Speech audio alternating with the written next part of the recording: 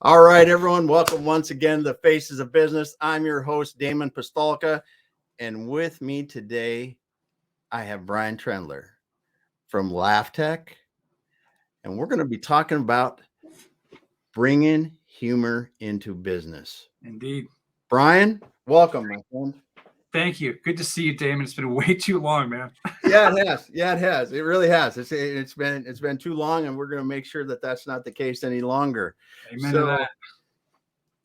Man, I am excited to have you on today for a lot of different reasons. We were laughing already when we started. Too much, actually. But so I'm just going to run through a couple things. All right.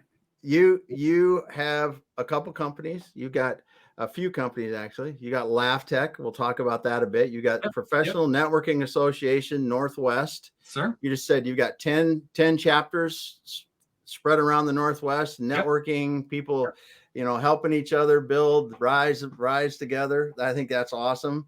How long have you had that? I didn't. Well, yeah. So, I mean, you haven't gotten my third company yet, but that's fine. No, we will. We're getting to that one. Okay. All right. Well, let's talk about PNA Northwest first. I actually was left this little weird membership from an intern who bailed on me back in 2010. And I went to this meeting. At that point, it was just called PNA, and it was at the Guineas, that used to be off Baltimore Highway. Now they've since knocked it down, and it's a Chick-fil-A with 20 lines around it worth of traffic just to go get a freaking chicken burger. Yeah.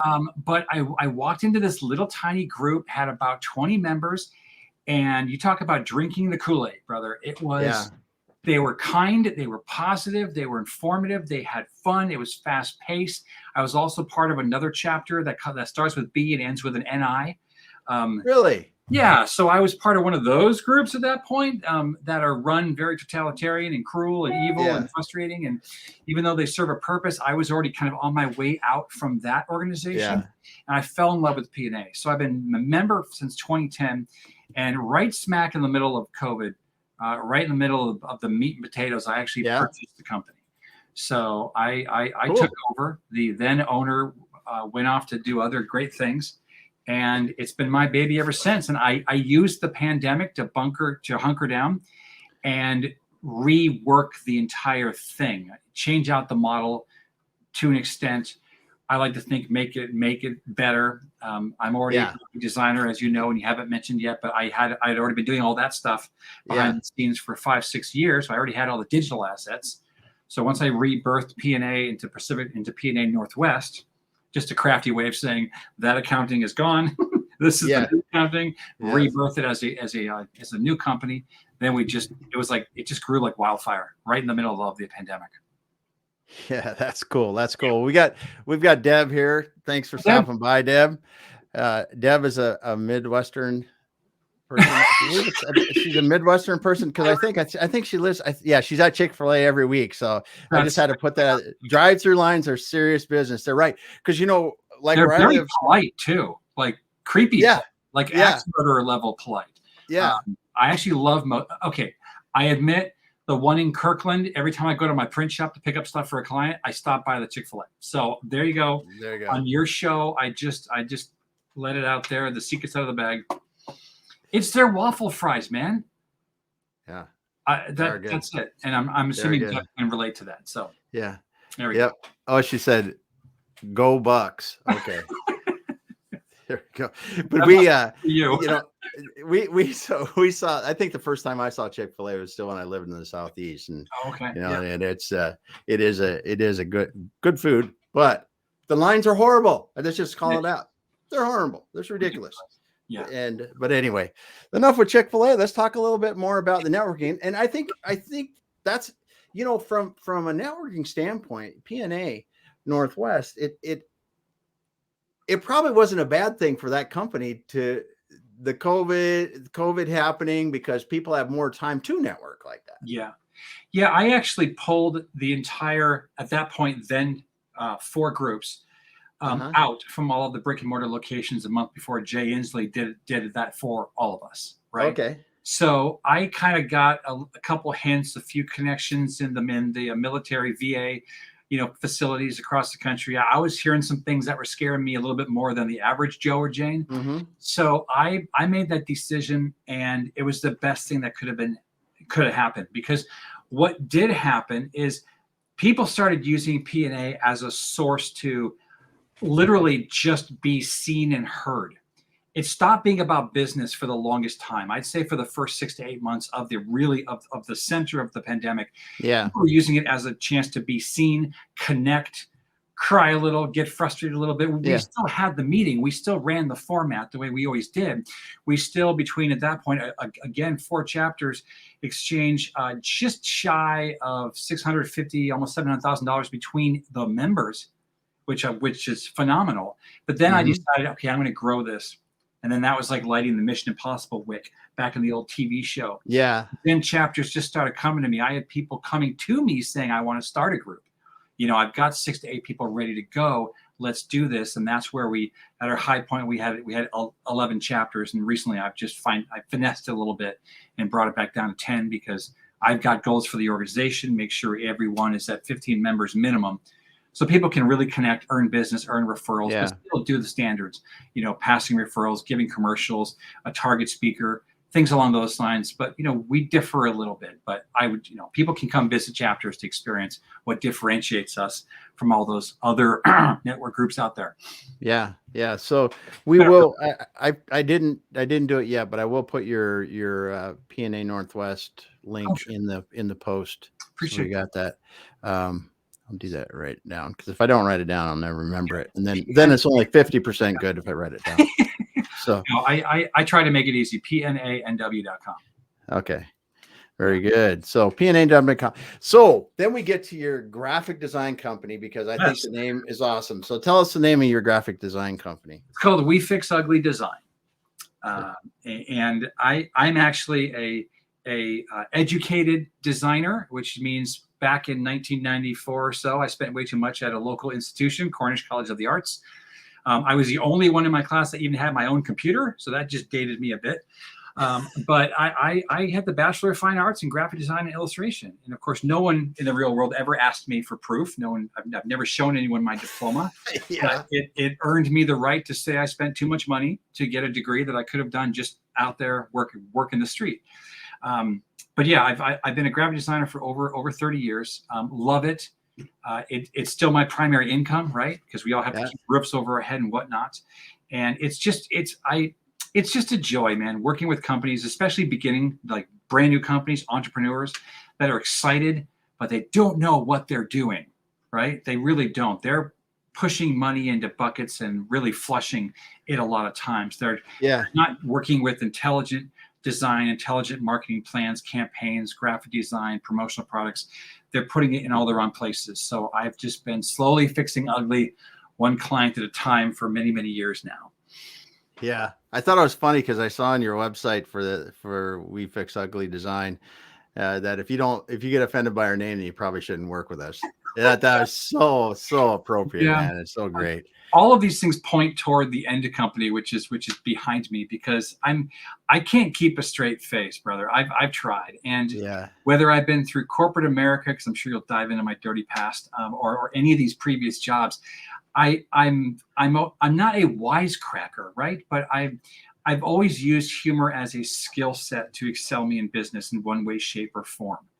And it's been very interesting because it's always gotten me into some form of external job. Not that they want to get me out of the office, right? Because HR is complaining, but they've always put me in a customer facing position, because when you get someone to laugh or cry, they buy.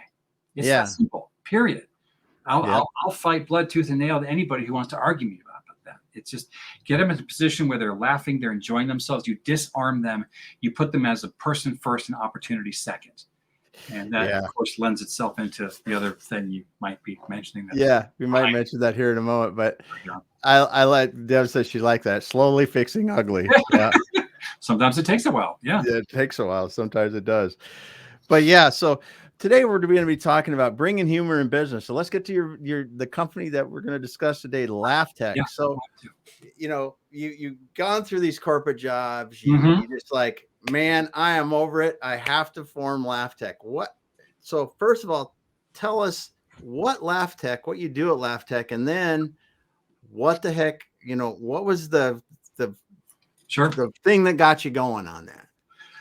So I always tell people I'll make a long story short, and then 45 minutes later, I have been a lifelong Toastmaster fan. When I was working at Boeing a lifetime ago, two of my close friends / coworkers literally twisted my arm, put my arm in the backward position and said, "Come with us. We're going to a Toastmasters group." I had no idea what it was. Yeah. I was also going through a bit of a dark time in my personal life. Yeah. So the idea of public speaking in any capacity was above spiders or death for that, one moment. And I fell in love with Toastmasters. Now, they are an amazing organization. They're international for a reason. I've been a 20-some-odd year member. I'm not currently, but I owe any amount of my success, hi, Joseph, to what I learned from Toastmasters, from the initial structure of how to write a speech, right? So when I got that under my wing, and I started to dive back into corporate America, between the Boeing job, the Microsoft job, the AT&T job when the sky was supposed to fall. And we were calling literally remote offices in AT&T to get people to update their CMOS, chips on their computers. We're calling them and we're messing with them, Damon. We're calling them going, "You're going to die," click. And then we would just wait. We'd just wait for the phone to ring again. And that'd be that location calling, "What's going on? This is 1999. Humor is always an integral part. And when I met my business partner, I was a keynote speaker at a fall conference for Toastmasters. I was on stage doing an improvisational series. And she was the first person that was one of the victims. One of the volunteers to do one of the improv exercises. And when inside the Linwood Convention Center, to imitate a golf swing, the first thing she did was this. She tested the wind. And it slayed everybody. Everyone's laughing because they're like, "We're inside a building, right?" And then, Damon, she imitates a swing. And I'll never forget this. 300 heads went like this, watching this invisible, not even there ball go that direction. And I was like, I've totally got to start something with this gal. And a couple months later, we were sharing an office downtown Bothell. And LaughTech was literally born from us meeting on a Toastmasters stage, because we both have a unique way of addressing humor. Marcelle Allen comes from, honestly, a place of pain. She hadn't laughed for months prior to meeting me because she lost someone important in her life. I had ironically just lost my mother after a 6-year battle of cancer. We were both in a weird place. Yeah. But I was always using humor as a tool to get people like you to laugh, and hopefully your audience and people in front of me or around me, whatever. She was using, pain as laughter as a recovery method. Right.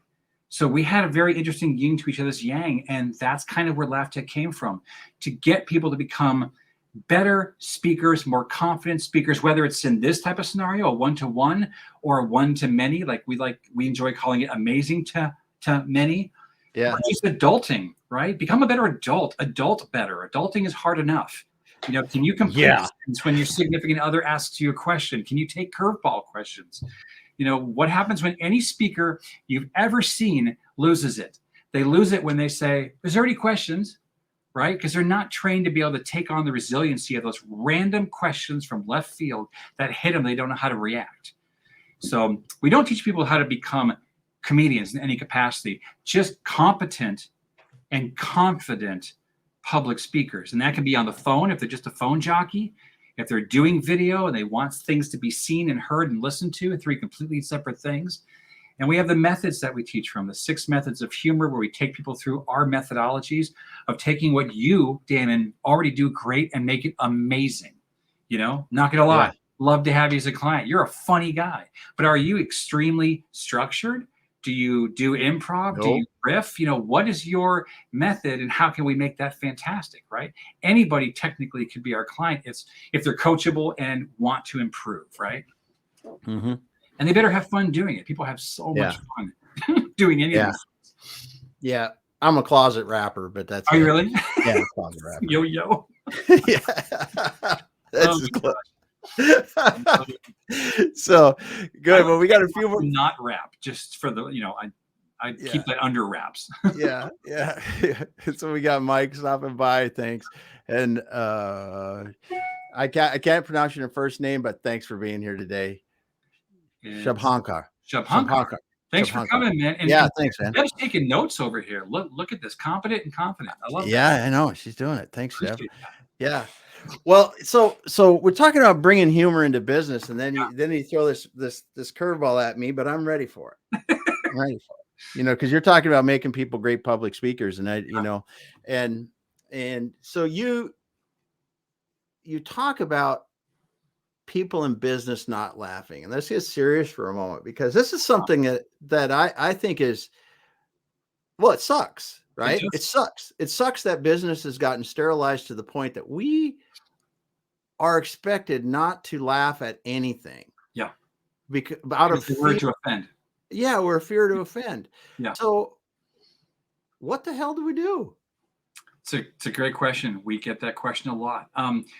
We have a series of workshops, for lack of better words, that we can take virtually or physically into businesses of any size, shape, or location or matter, like category, industry, because of this exact problem, especially with the amount of anxiety and hesitation people have because of the world that we live in. When we were like this for 2.5 years, right? Yeah. You're wearing masks.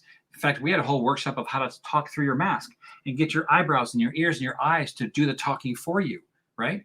Because some people, they look like they're dead when the was across their eyes. Are you breathing? If the mask wasn't moving, you would know. Hey man, I would get mad at people in the grocery store because I was walking around with my mask on it. I'm a nice guy. At least I'd like to think I am. I walk by somebody, male, female, non-binary, doesn't matter what shape or size or whatever. I would smile. Yeah. But they couldn't see me. I got 10 feet away. I'm like, that son of a didn't even smile at me. And then I was like, wait a minute, I can't see their face either. Like these types of things have been making people crazy for close to 3 years now. So imagine now that people are coming out of the woodwork. They're finally coming back to the office on a limited scale, or their own, death by Zoom type of meetings are killing the motivation of the teammates. We come in and we teach some resiliency techniques, improvisational exercise to get people honestly just to lighten up and loosen up. And we work with the management in the room. We work with HR in the room. We have people swear in a Bible, literally a LaughTech Bible that says whatever happens in LaughTech stays in LaughTech. It will not affect my quarterly review. And HR laughs and the management laughs. But then we have them do the rant and the rave exercise where you pick something that pisses you off about the company. It could be Joe sitting right next to you. It could be Mary in HR. It could be the secretary who falls asleep on the phone. And they rant about that person for 1.5 minutes, or that process, or that thing, or that widget, or that crappy sale that they just made to someone who they don't like, whatever the case is. And then the whole group does this simultaneously. Snap your fingers right now. Everyone snaps their finger and they go right into a rave. So if they're talking negative and frustrated and irritated about something going on at that office, in the infrastructure, within the atmosphere of the company, and then they go positive and they go rave, then suddenly they're saying, even though Mary frustrates me on a regular basis, and I'm sorry for anyone out there named Mary, I'll say John Smith. But point is, even though that they just battered John Smith for like 90 seconds, then they turn around and say, you know what, John Smith, he's the first one to come to the office every day. He's the last one to leave. He's the most positive person on the phone with everyone he's dealing with because he deals with my crap. So I can be out there being a salesperson. I'm sorry I have to deal with John's crap all the time because he's too busy. So I'm just ranting because I need to get off my chest. And suddenly John feels like $1 million. He's been vindicated. The person who just ranted and raved goes through an entire physiological and psychological experience when they do that.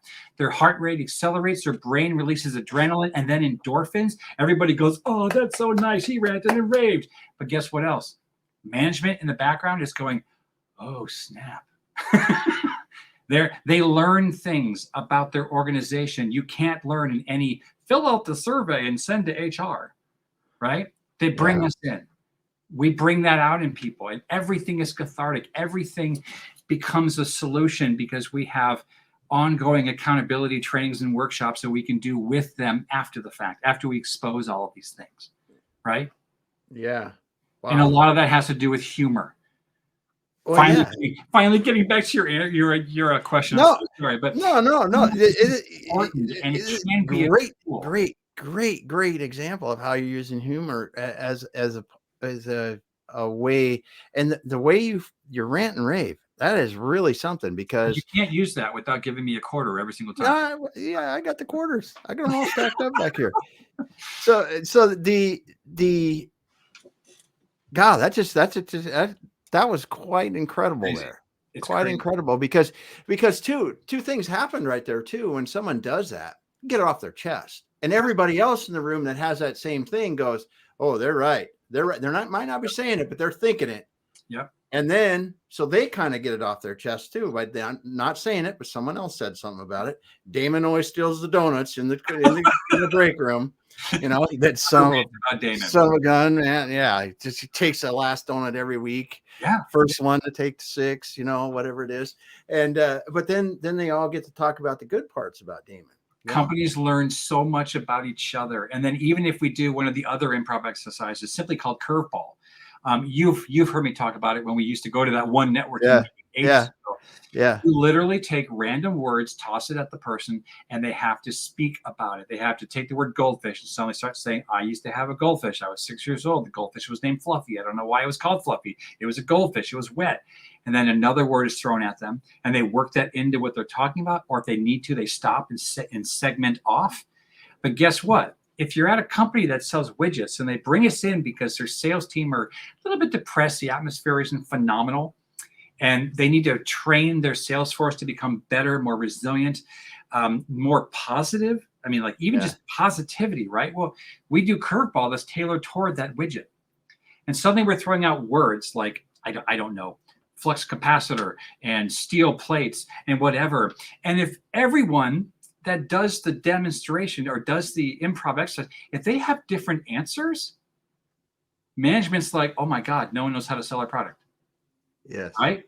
And then we go in and work with them on the message. We work with them on sales scripts, phone scripts, Zoom scripts, face-to-face scripts. We role play. We do all that stuff to get everyone on the same page. And then guess what happens? People like their job. They stop calling in sick. The companies actually probably end up saving money because people want to go to work and they want to be engaged and they want to have fun at that next meeting because they know either we're going to be there to do a quick improv, or guess what? They don't need us now because they've learned those techniques. They do it themselves. They open the meeting with it. Yeah. And then everyone's happy. And look, it just had Andrew Lavoie on last week, who's a recruiter for manufacturing companies in the Northeast or Southeast, Northeast, whatever, if you're Canada or the US. But he was talking about the turnover at different levels in the companies and how it's just killing companies if they're not really paying attention to entry-level turnover or mid-level turnover, and the importance of exit interviews, talking to employees. And you're exposing a different way to really bring out some of these things that people are feeling or should be talked about. And I just got to put this one comment up here on Timo. I think, sorry. Timo, lots of people learn to show a poker face, to not show any weakness, assuming that admitting to tap human feelings is a sign of weakness. Timo, I love that. Yeah. He's absolutely spot on. We are trained to be non-reactive. Yeah. And that's honestly, it's shameful. Other countries don't do that with their workers. Okay, unless you're China. But I mean, it's remarkable how our own ability to have freedom of speech allows self-deprecate. I'm a self-deprecator king. Okay, this face was made for radio, not Zoom, not LinkedIn Live stuff, whatever. Okay, to have people silenced because they're worried about the person who told the joke even is going to be offended by his or her or their reaction. This is a weird, polarized, super sensitive world that we're in now. And Deb, I love you. I've seen people react that way. I've seen tears in their eyes. So sorry it's happened to you. It just breaks my heart. We can teach folks to use humor as a skill to, again, disarm one another. Not use it. I mean, again, I was bullied as a kid. Okay. I rose up from that when I realized I was the guy that after being bullied, I'd look at someone to pretend it's you, Damon, Mr. Bully. I would immediately, in a couple seconds, look at you, find something I didn't like about you, realize that maybe other people may have seen it as well. And then I would cut you off at the knees, brother. because I could verbally throw that back. And then all of a sudden everyone's pointing at you and laughing at you. And that's when I dropped the truth bomb smoke and I ran off into the corner. But guess what? Who was the bully in that scenario? I became the bully. Yeah. So I realized years and years and years later, after a friend of mine, who thank God is still my friend, told me after we reconnected years after high school, he was like, dude, like, because we were replaying one of those situations. And he was like, you were an a-hole. And I was like, it stunned me. Yeah. I was like, wait a minute, why? I was the one. And he's like, no. He just said something about, I don't know, your backpack or whatever. Yeah. You sliced and diced him, man. That's when I realized that words hurt. Yeah. I say that to my 9 and 11-year-old all the time because they turn around and they snark. And occasionally you can see those teeth sink in to her brother or his sister, and you can see the reaction. You can see the pain in their eyes when the sting is left, and the power of those words remain. Yeah. So we teach adults that too, because guess what? Nowadays, don't get me started on kids. We're not present enough for our children. It's no wonder half of those things are happening. That's another interview. Let's talk about that. But it's just remarkable. Humor heals. We started that hashtag. It does. Years humor ago. Heals. Awesome. Anyone can look that up. Hashtag humor heals and see so many things that we've tried to attribute toward the positivity of that. Because it's remarkable. We did it with Boys and Girls Clubs over the pandemic. These kids, they're there because home is not always a safe alternative, right? Yeah. And they just wanted to be seen and heard and cared about and given an opportunity to speak. And it was brilliant working with these kids. The same stuff we do, same adult level trainings we just did for the kids. We just moved a couple words around, right? Yeah. We just added like every other word, to make it kid friendly. Oh, that's awesome. That's awesome. Well, it's the thing I think for me anyway, that really has been a game changer for my life in COVID and just the years, not COVID itself, because that's all shit. It's a hell of a time, right? Yeah. For a lot of reasons. But when you look at some of the things that did bring out in the positive things that it bring out, because the time you talk about your kids, we had time with our kids that I never would have had ever. Remarkable. And even the pain in it, and I'm not going to say this the right way. The pain in the butt it is if you are working at home, your kids are trying to homeschool, and you're trying. It's just a pain in the butt, right? Because just the core, and I feel for people doing that because it's a son of a gun. Well, I had 2 kids here, one in college, one working and me working in my office, and it's like it's not good. But that time you talk about not spending enough time with our kids. Yes, they fell behind in school. Yes, just a whole bunch of bad stuff. Isn't it crazy though? Because we're selfishly glad that we got to reclaim that time with our children. My kids are 2 years behind, mainly because they had me trying to help them with the new math. The new math. Let's not even go there. Man, it's 16 steps to do 5 minus 2. And even then, I'm like, wait a minute. I'm on a train leaving Baltimore, going 45 miles an hour. How did I get there? But it brought humanity into business, I think, a bit more. Oh, I love that. I'm going to use that. Because listen, we allowed people into our homes like we never have before. Kids coming up in a meeting and asking mom or dad for something is common. We're used to it. We're used to that. Even talk about curveball. That's a good one. I bet there were some wicked curveballs. Between 10 PNA chapters or then 11, I saw some crazy stuff. Yeah. Because kids are home's home, but it wasn't even kids half the time. Are you kidding me? Yeah, it's like the creepy clown on the back shelf that the eyes follow you no matter where you are. I mean, it was really bad. But there's some good things came out of it, and when you come back and you think about the how that is going to change the way that we do business going forward, because COVID was polarizing criminy. I mean, so many things because we were all balled up and tense about so many things. But I also think that it brought some humanity into business that will allow us to use laughter, like you're teaching people, and just by communicating with others now to really be better than we were before. Yeah. It's been amazing to see, again, back to the humor heals or just the healing power of laughter. What it's done for companies, even through one or two interactions. Oddly enough, for some reason, we've fallen into a skill set of working with accountants. You talk about a bunch of pent up people, right? Not just during tax time. These people are like one step away from ending up on the news. Okay. Yeah. It's remarkable, though, the energy and the love they have, believe it or not, for their job. Oh, yeah.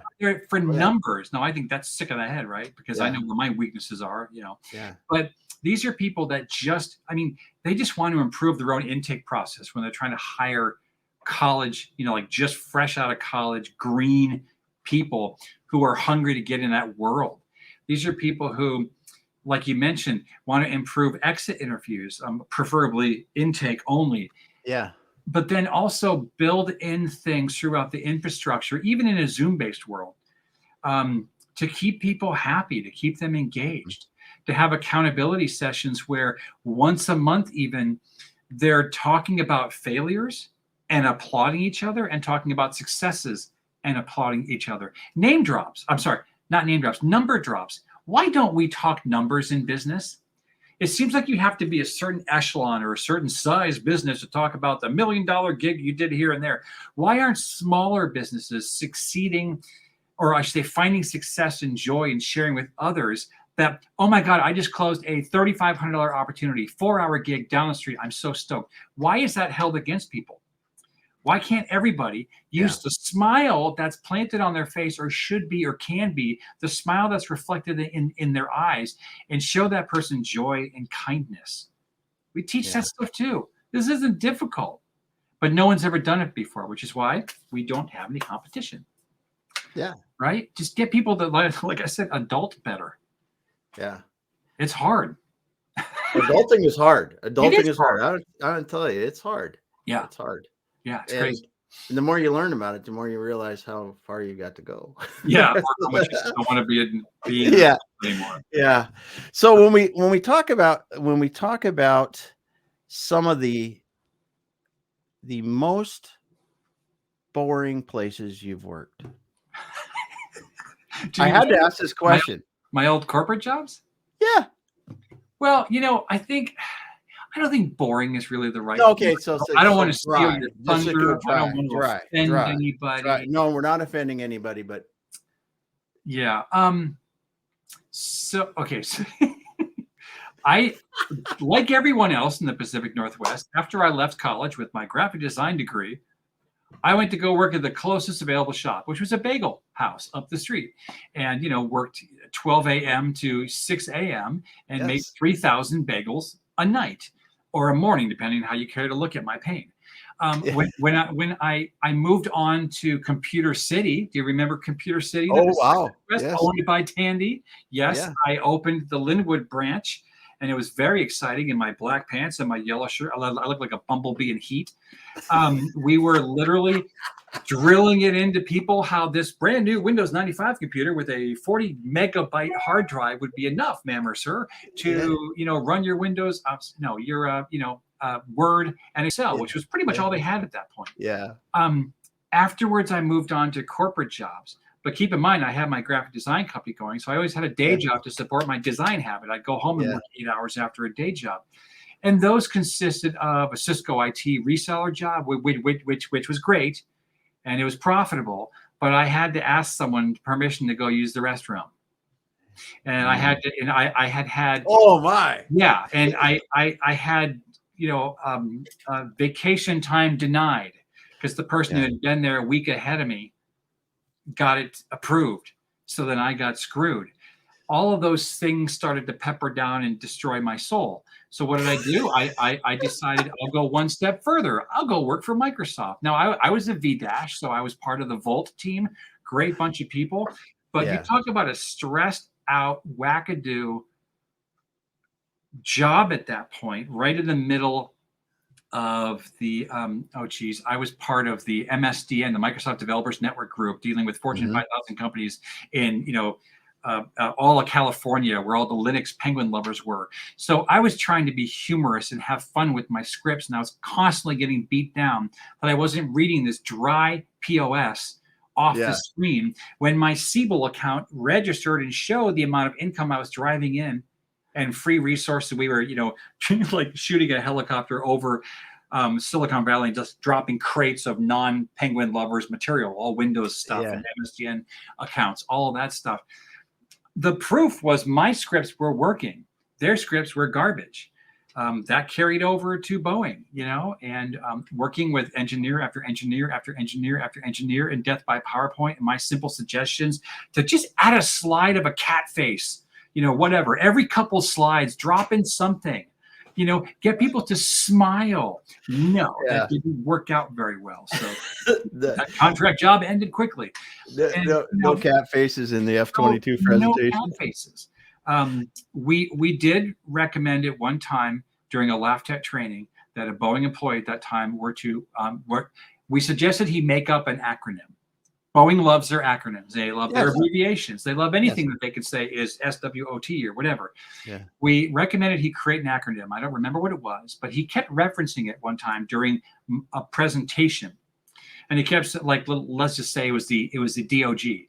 So he's like, and in referencing the DOG, we took this number and this participle and blah, blah, blah, blah. Well, he didn't realize that bigwigs were in the back of the room. So as he's giving this presentation, bigwigs are like, what the heck? What's a DOG? And they're raising this up the pipeline of what did I miss during that one memo? And as it turns out, at the end of the presentation, he literally said, and by the way, for those of you paying very close attention, I noticed there's some chatter in the back of the room. DOG doesn't exist. This is something I put in there to make sure I was maintaining your attention during my presentation on this Mars lunar rover, piece. Yeah. Right. Well, he got a call a while later, and thankfully he was thanked for the humor, thanked for the frustrations that were caused. But guess what, man? Levity works in any situation. So we will teach it as long as no one goes against me if you get fired. Yeah. So when you look at some of the time where people have used this, what are some of the most just coolest positive things you've seen happen? As far as folks who have actually gone through our trainings, gone through your training, and it just something really clicked. You know what? This is going to be the cheesiest answer ever, man. We teach all age groups. Yeah. And I think about 4 years ago now, we taught a young girl who showed up with her mom. Rayanne Hall and her daughter have become great friends of mine. She actually just brought me in to be an auctioneer and MC at one of her events. She owns Now Networking for Women, phenomenal organization for grants for girls to get them on track. Brilliant organization. So put that in the chat window, right? Yeah. Her daughter was 8 or 9 at that point. And this little girl was, I think, terrified to do this with her mom. But going through our 6 weeks, our 6 methods of humor to discover your mix workshop, she showed up every night with her mom for 2 hours. And she was the best student we've ever had. Because you know how they say out of mouths of babes, right? They have no filter. A lot like you and a lot like me. But she had one gesture the whole time. She was like a nutcracker type military soldier. This is what this adorable little girl. Just I just got to this and doesn't talk about this and so on and so on. And she was just hilarious. But she came out of her shell on an epic scale, and I haven't seen her since. Until 4 or 5 weeks ago, I just did that auctioneer event, like I mentioned, and I got to see this beautiful young girl come up to me, give me a huge hug, and it took me a second. I was like, "Oh my God, it's you!" Right?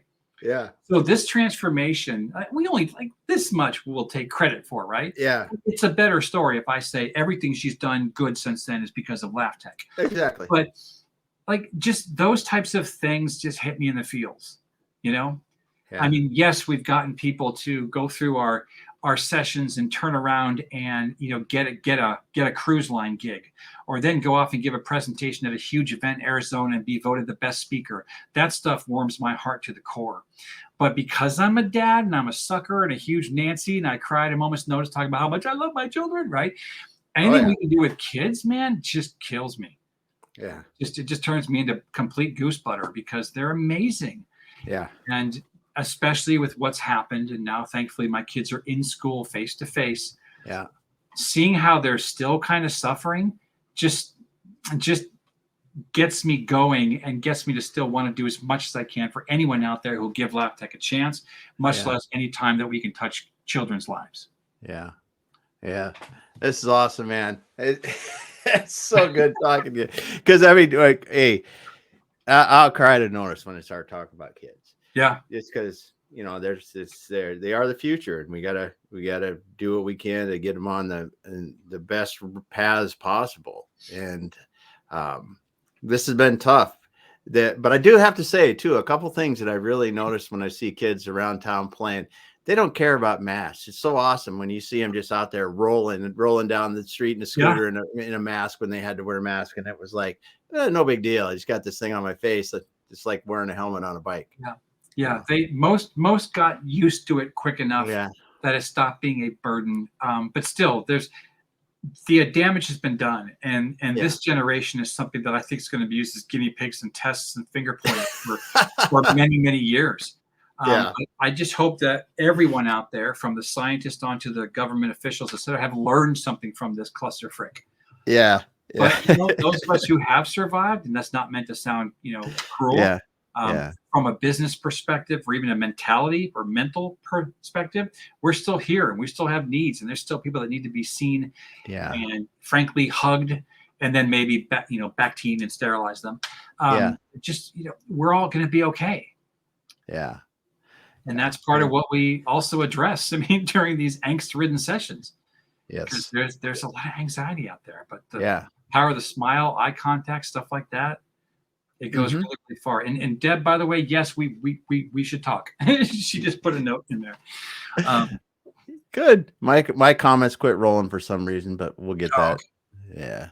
It's they cut me off once in a while. You crossed the line, David. I crossed the line. Again. Here he is going again. So do you have any live events set up? We're in the process right now of doing one of our, so we're about midway through one of our 7-week courses. Okay. We do those on a regular basis, but honestly, the biggest thing that we love doing is called a laugh and learn. Sounds silly, but customers for $500, they bring us in for 90 minutes. Ideally, they put some food in our cake holes because it's a lunch and learn. But we turn around and teach them one or two of our little practices or methods from an improv standpoint. We'll work with the company, of course, ahead of time to make sure it's tailored toward what the needs are. Yeah. But we'll travel anywhere for that because it's a lot of fun. Oh, I bet. And, obviously it's kind of a foot in the door opportunity as well. But those are the majority of the live things we're doing. Honestly, I've been really busy, with MC and auctioneer work, which is also a huge hole that I like filling in my heart because I don't cost a lot. Nothing we do costs a lot. It's budgeted. It's about $85 a head if you're having us come in for trainings. But to do auction work and find out that my fee of $2,500 to do an event that the other guy was charging $6,000 to $8,000, or occasionally 5% of the take. Think about that. Someone brings in $500,000. That's like half a Tesla. I'd rather keep the money with the organization and be asked back a couple times or referred out. So that's how I work, and that's been a lot of my business over the last couple of months, especially as we've been kind of crawling out of the pandemic. Yeah. So good stuff. Good stuff. Well, I think, Brian, this has been awesome talking to you. I appreciate the time. I miss you. You're a dynamic guy. I don't think anyone's ever said that, but you have a I'm crazy as hell. That's the thing. You're kind of wackadoo, but I think that's why we like each other. I really appreciate talking to you. It's been way too long. It's so great to have you on tonight, Brian. And thanks so much, everyone, for being here. Deb, Mike, Timo, Joseph, just everyone. Thanks for being here. Thanks, Brian. Brian Trendler, LaughTech. Reach out, contact him, and get something scheduled, man. And you guys do virtual too, right? So you're across, all over the country. you're global. Absolutely. You're global. Absolutely. All right. Thank you so much. I appreciate it, man. You bet. Well, thanks everyone for being here. We're going to sign off for now, and we will be back again next week. Awesome. Take care. Yeah.